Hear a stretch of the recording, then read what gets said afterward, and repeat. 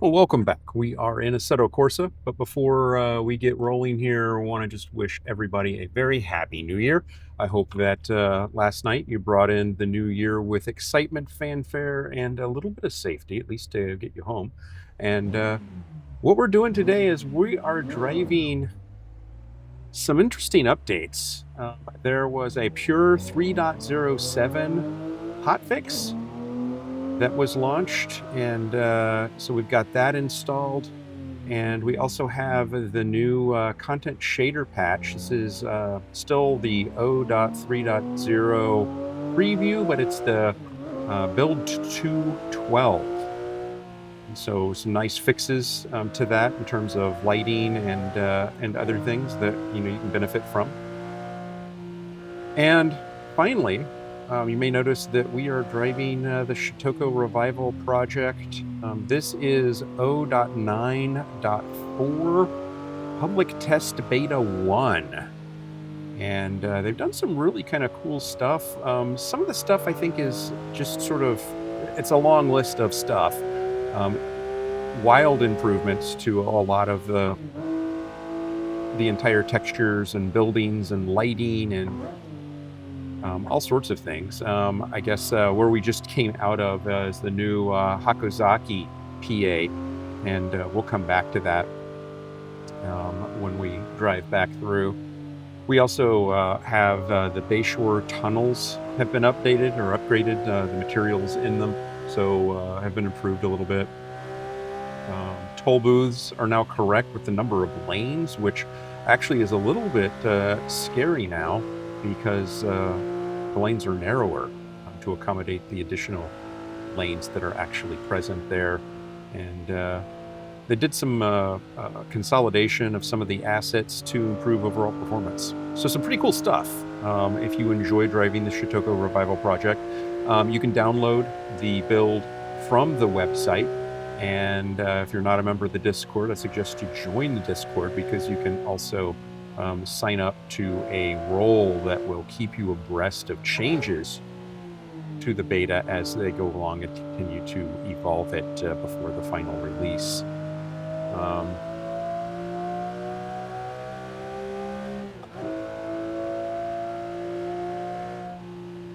2025 was a pretty exciting year for sim racing. I think that there was a lot of anticipation, a lot of excitement, a lot of surprises that people didn't see coming. One of the biggest surprises, of course, was Assetto Corsa Rally.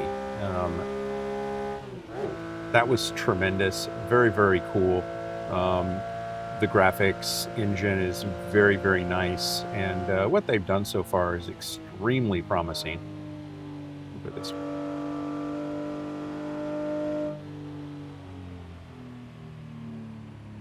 And looks really, really good. But immediately, when I saw it come out, and immediately I started seeing people talk about it, one of the things that I thought was really interesting, actually, I should have stayed straight, is I started comparing it to the greatest of all time, of course, the Richard Burns Rally. And that was kind of interesting. Not so much that they were comparing it to it, because it makes sense, right? You have a new rally title coming out, and it's got some excitement generated around it. But that comparison drove people, myself included, to take a look at Richard Burns' Rally when, I'll be honest, I had pretty much dismissed the title as way too old to be interesting and probably too difficult to install. So why give it a go? There are other titles that are out there. I've also not been thrilled by Rally in general.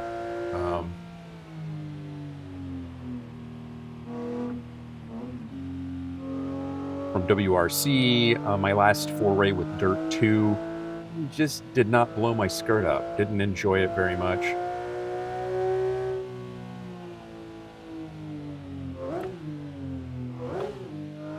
And so, Assetto Corsa Rally came out. It was interesting. It made Rally interesting again. And because people were saying it didn't quite yet measure up to Richard Burns' Rally, I wanted to know more. And so I actually went to the Rally Sim Fans site, downloaded the bits, followed the instructions, and have to be honest, I'm kind of hooked. I've done several pieces of content now with Richard Burns Rally, and I've thoroughly enjoyed it.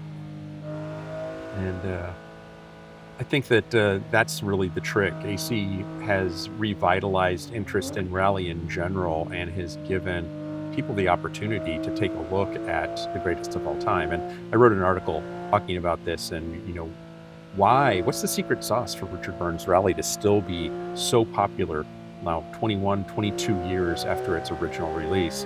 And it boils down to a couple of interesting things. One is that the physics in the game are incredible. When textures, driving road texture change happens, you feel that. It's unlike any other sim that I've driven in terms of we're really translating different road surfaces through the wheel to you as you're driving them, which is pretty incredible. It also has a tremendously cool damage model, very complex and intricate, specifically around mechanical failures. Like you can have a clutch go out, and it doesn't just stop shifting gears like you think, simple binary clutch goes out and suddenly you can't shift gears. Like in a real car, clutch fails. What it actually starts doing is the clutch is slipping. So while you're in gear, you're driving along, suddenly you hear the engine free spin. So stuff like that, super complex modeling that's very, very difficult, has been done effectively in Richard Burns Rally, and it's an ancient title. So why can't more titles do that now? Same with pace notes. An intricate part of Rally is the generation of pace notes, customization of those pace notes based on how you drive, how you perceive a corner. And you can't do that in most Rally titles. Most Rally titles have a generic, pace notes and co-driver call out. You can't customize it. Sometimes you can customize the co-driver voice and stuff like that, but you can't usually customize the notes themselves. Richard Burns Rally, you can. In fact, that's one of the biggest pieces of Richard Burns Rally is to, do your recce or your reconnaissance of the drives and customize the notes so that you're faster for it. It's pretty important stuff. So I think that there's a lot of promise for Assetto Corsa Rally to eventually become the GOAT, but also Richard Burns Rally has over 350 stages in the Rally Sim Fans version of the game and over 100 cars. That's a lot of content. And Assetto Corsa Rally is not going to have that amount of content for quite a long time, let's be honest. It will take years to develop that much content. And then they have to listen to their community to really, truly replace the greatest of all time in terms of some of the cool stuff that you can do in Richard Burns Rally that you can't do anywhere else. Enough on Rally. Project Motor Racing and AC Evo. A lot of people have been on the bandwagon and gotten a little bit reinvigorated in terms of their excitement for Evo, even after the initial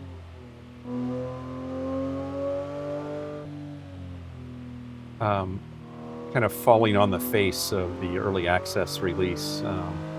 Left a lot of people feeling a little bit bad about Evo, and the latest version of it has kind of revitalized and rekindled some of the love people were feeling for Evo, want to feel for Evo, and that's great. I am not excited by Evo. I haven't been. I've driven it and tried it. I still like this. I still like the original Assetto Corsa. Sue me, I guess. I don't find any value in it at all, and that's kind of sad, but it's true.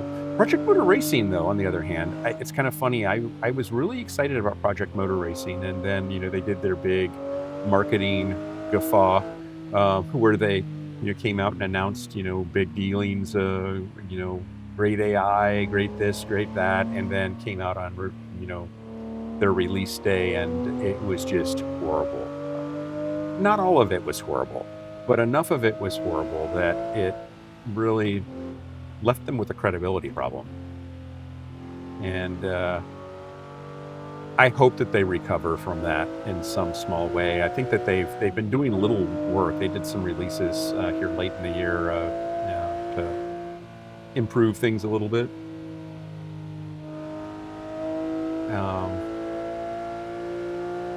And I still really enjoy driving it. And I know I'm probably in the minority there, but I actually I've been enjoying the 964 Carrera Cup and driving that and racing that in the career mode. I think the career mode is just enough, but that's me. I'm not the target market for a career mode in a game because I just don't have patience for it. I want to drive, I want to race most of the time.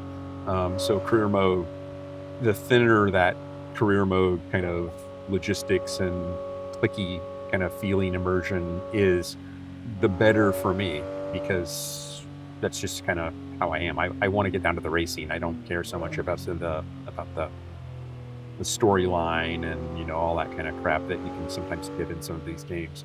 So all things being equal, I think Project Motor Racing's career mode's okay.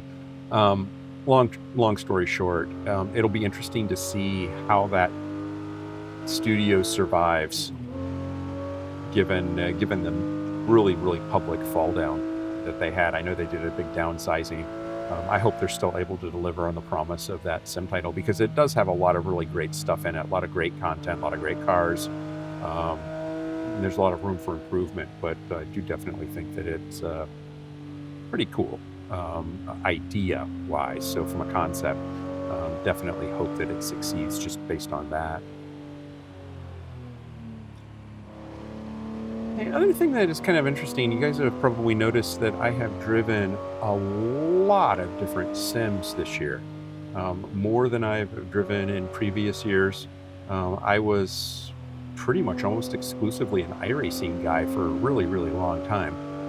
And I still love iRacing. iRacing is still got the best online racing that you can do in terms of lobbies that are skill matched, and a nice variety, different types of racing, and you just can't beat it from that perspective. And it's got a huge following. There are frustrations around a lot of aspects of iRacing for everybody. Everybody knows what they are. Is you've got official lobbies that have numbskulls in them, so the driving standards aren't consistent. And iRacing has no incentive to enforce them. Random Call Sign did a great video talking about that particular phenomenon. As they're a business, and until it costs them money to enforce driving standards and alienate a portion of their user base that's actually quite profitable for them, they're not going to do that. They wouldn't do that. It would be detrimental to their business. And I totally get that. I totally agree with that thought. It's a business, and a lot of the idiot drivers in official races have more than one account. A lot of them are Smurfs that are wrecking people out. And if I've got a customer that's willing to buy multiple accounts, I'm going to keep them racing all day long until it costs me more money to let them do that than it would be to stop them from misbehaving. Makes sense, right? So back to different sims, what I've actually found is that I enjoy iRacing a lot more now when I go into it, because I've experienced other sims, both the good and bad of other sims. So like, I know definitively from my own hand what iRacing feels like, where it's good, where it's better than other sims, where it's worse, and can enjoy it for what it is, and can kind of revel in its successes rather than wallow in its bad side. And the same is true for other sims too. Le Mans Ultimate started racing online and doing those races. And just as much of a problem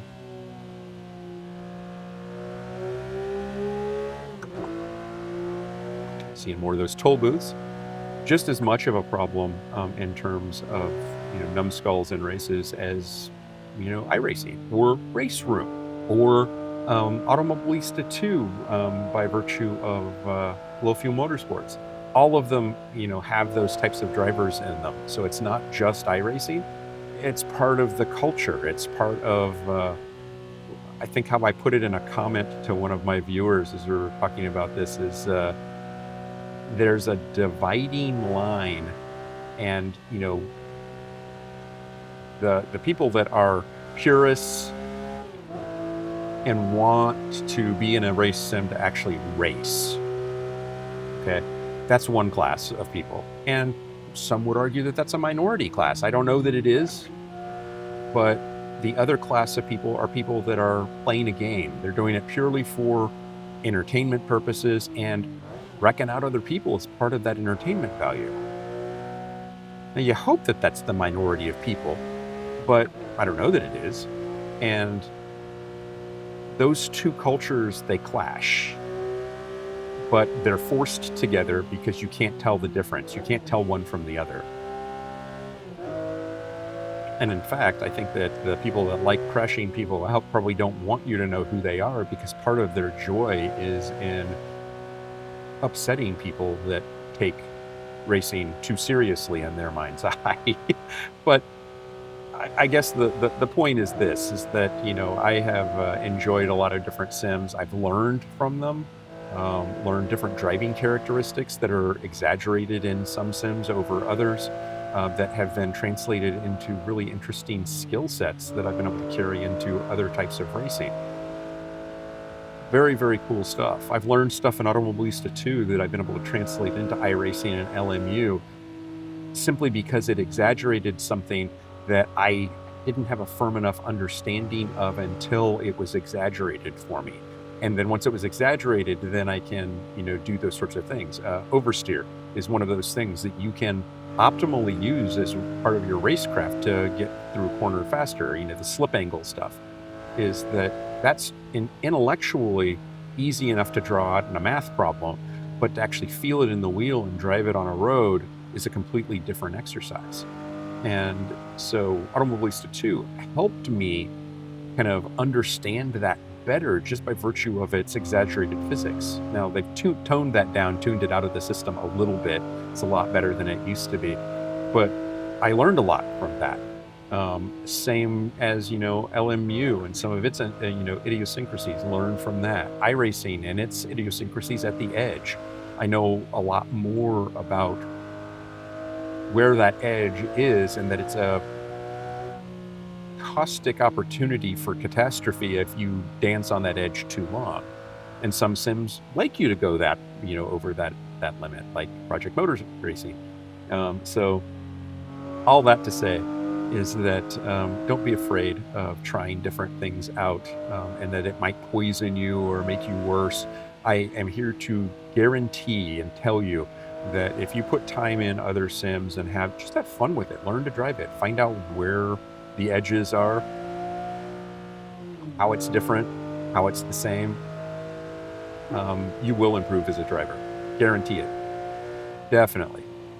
So that's the thing, is, get out there and race. Whether that's in public lobbies or, in leagues or against AI. AI can teach you a lot too. It's one of the best ways to practice a race is against AI. It all has something to teach.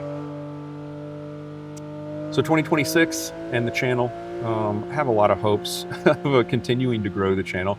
I definitely appreciate that we have grown by almost 1,100 subscribers in this year, in 2025. And that's just humbling. That's great. That's people choosing to click that subscribe button. And that's humbling, and I appreciate it so much. We right now are hovering at right around just under 1,600 subscribers on the channel. That's just awesome. And I hope to continue to grow that. I'm not going anywhere, so I'm going to keep doing my content, and hopefully more people will check out the content and enjoy it. And definitely appreciate all of you that have shared, have commented, have liked, driving the algorithm to me and sharing me with more people. Greatly appreciated, and definitely couldn't do this without an audience. Well, I could, and I did for a while, but it's much more fun knowing that people are actually watching and participating and actively engaged in the content. Whether you like the content, agree with what I say, and want to argue with me, or whatever, that engagement is really rewarding, and I do truly appreciate it. Want to go into some community events this next year as well. I've talked about this before, and I didn't do it in 2025, mostly because I couldn't figure out a path forward. One of the paths forward that I kind of thought would be most beneficial is to have channel subscriptions, but you have to get to monetization, and I just have not gotten to the point of viewing hours on my long form content. My shorts get a lot of views. People tend to like the short content a lot more than the long form content, but I need the views on the long form content to grow into a monetized channel. Once I do that, then I can do memberships, and if I can do memberships, I can tie those memberships to community racing. Set up servers, and bear that expense through the community rather than carrying it on my own back. Now I can do some cool stuff like with rallies, which I plan to do, that we can all compete against each other and have fun, and kind of a closed system. We can password protect it and do that sort of thing for free.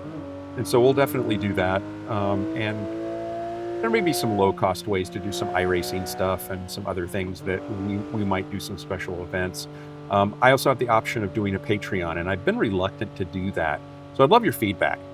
If you watched this far in the video, certainly like or subscribe, but also give me your feedback in your comment section as to whether or not you think I should do a Patreon and do community events by virtue of the Patreon. I know that's worked really well for the likes of Matt Malone and some other streamers. So maybe that's a path to doing that. So I'm open to ideas and conversation, because this is as much your channel as it is mine. Where do I want to go? Now, this way. Late decision there.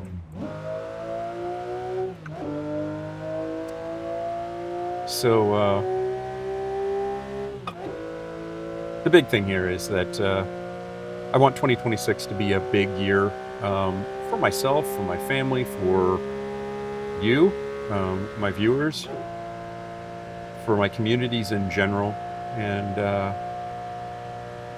definitely think that the motto of the year should be to be safe, have fun, race more. And I think if we all kind of take that to heart, we're going to have a fantastic year. We're at least going to have fun and race more. So how can we not have a better year? If you have ideas on content that you would like to see, more rally, less rally, more LMU, less LMU. I haven't done iRacing content for a little while, and there are reasons for that. I'm reluctant to jump back into public lobbies for all the reasons before, and I don't want to get into the iRating hustle again, because that's a really horrible trap to fall into, and I definitely have fallen into it before, is where I start worrying about every little loss, every little gain, and it becomes addictive to grow your iRating, and when you lose, it's more than just losing the race and the disappointment of that. It's losing iRating, losing status, and falling down. It's just not a good psychological cycle. I think I've enjoyed LMU and Race Room and even Low Fuel Motorsports a little bit more because I'm starting from scratch. And so given where I am as a driver, it's an upward march for the most part. So there hasn't been as many downfalls in those sims as there can be, would be in iRacing. But I'll jump back into iRacing. Definitely let me know what your interests are. I've caught the rally bug, so I don't see that going away anytime soon. So whether you like it or not, you're gonna see some regular rally content. I'm gonna be participating in at least one, but probably more than one championship coming into 2026. I want to do Sim Rally Masters. I know I'm not going to do very well. That's a rally that or set of rallies that draw 1,000 or more participants now. So very, very popular. And I'll be honest, starting right now, I'd say if Sim Rally Masters and the rallies for that started right now, I would say I would be extremely happy to be able to finish in the top half of the registered competition. I would be happy with that. Now, obviously, I'll try to do better than that. I did that rally yesterday where I was, flying in the face of Finnish flags. I had to finish pretty high in the standings of a rally that only had, granted, just north of 30 people participating, but still, there was a lot of talent in that lobby, I think, or in that competition pool that I bested just by driving my own stages, staying within the confines of my comfort zone, and not knowing the stages, knowing that I didn't know the stages, and just sticking with that, being present of mind to call myself back from pushing too hard, and did well in doing that. So I think that the same could hold true in some other championships. Obviously, that's not going to universally work to put me at the top of any sort of standings, but it's certainly not going to hurt either. And I'm getting better.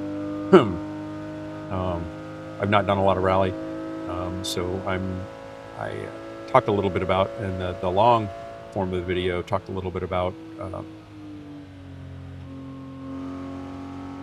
right foot braking versus left foot braking and the challenge of that. So, I can do left foot braking. Like I could do that now. Like if I wanted to brake here, I can use my left foot. But the trick in rally is that, if you're driving an H pattern shifted car instead of paddle shift or what have you, you're managing the car a little bit differently on downshifts. So like if you're braking and downshifting, you're using your right and left foot differently. So my right foot's covering the brake and the accelerator for the blip, and my left foot's doing the clutch. Well, for left foot braking under certain circumstances, you need to transition your left foot from managing the clutch to managing the brake, and that's confusing. Especially if you're a right foot braker traditionally, you wind up getting some really, really bad dance moves on the pedals if you're not well practiced in it. So that's something that I'm probably going to have to get better at to get faster in rally, because there are times where you need to be on both the throttle and the brake simultaneously to balance the car. So think about coming over a rise. You want to keep throttle in the car to keep the rear end steady, but you also want to plant the nose over that rise. And that's just one example. Sliding through snow, etc. There's oftentimes need to be on both pedals simultaneously to balance the car.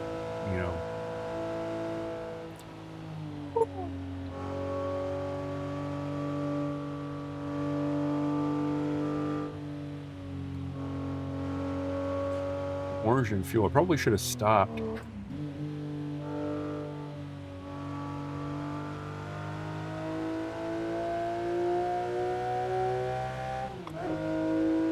So you saw most of Bayshore.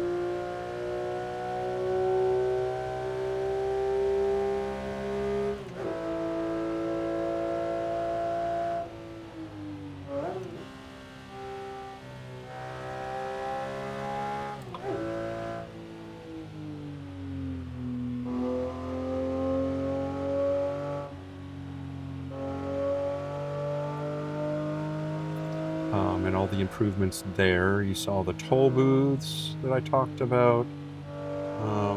Seen some performance issues. So I've seen some stutters here and there as things have been loading in. And I know that there are a couple of things going on with that. One is Content Shader Patch is doing some interesting stuff now where it's doing some chunk loading. Instead of loading the whole map, it's loading pieces of it at a time. And then, of course, there's some improvements in Shutoko Revival Project to improve some performance as well. So I suspect that there are some things that are still not fully optimized because both are still beta. So I'm driving on the edge here. Look at the lights; it's so cool.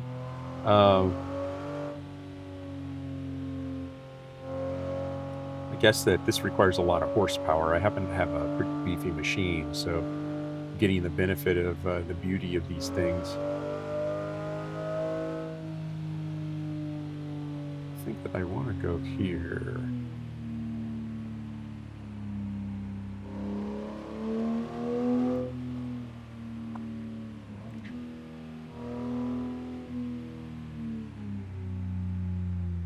Well, looky there. I bet you didn't expect me to get us back where we started.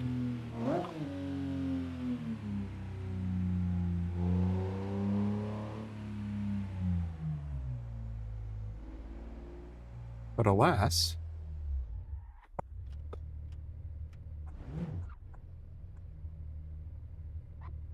here we are. So, Happy New Year. I hope 26 is everything you expect it to be, that you get everything you need and most of what you want. And I thank you for coming along for the ride. And I hope you'll come join me for the next one. 2026 is going to be a great year. And I look forward to it and look forward to having you along with the ride. For the ride? Yeah, you know what I mean. Thank you. Bye now.